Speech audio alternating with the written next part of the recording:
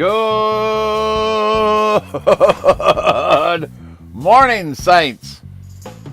Guess who's back? The old fisherman's back in the box. I tell you what, it's no fun getting called out of the box by Minnesota law enforcement in the form of the game warden telling you if you're not going to take your fish house off the lake, I'm going to do it.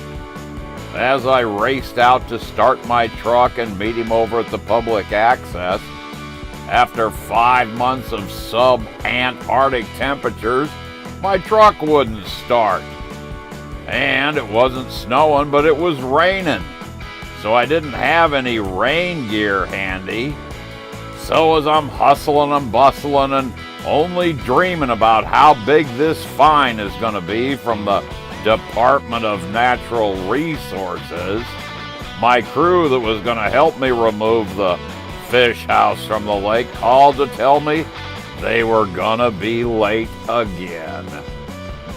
Well, a lesser saint would have started crying and whining and screaming and yelling, but the old fisherman kept the faith, dropped to his knees and said a prayer.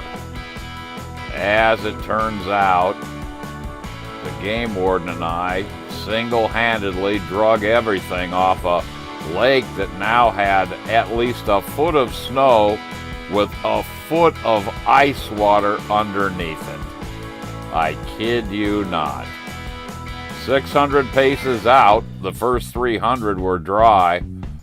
The next 300, the water came over the top of the boots and soaked the boots completely. So as we drug the mess off of the lake the last 600 paces back to shore, it was like carrying 50 pounds of ice-cold water on each foot.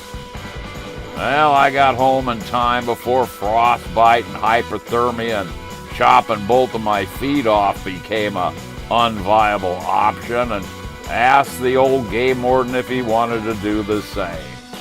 He declined and opted for the heater of his 2019 Dodge Ram Uber truck.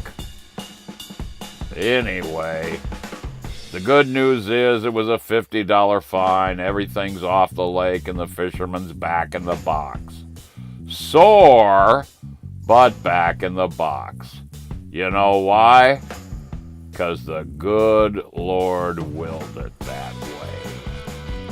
As we like to say, good Lord willing, or until the creek rises. Thanks for your patience. Love, peace. Fisherman out.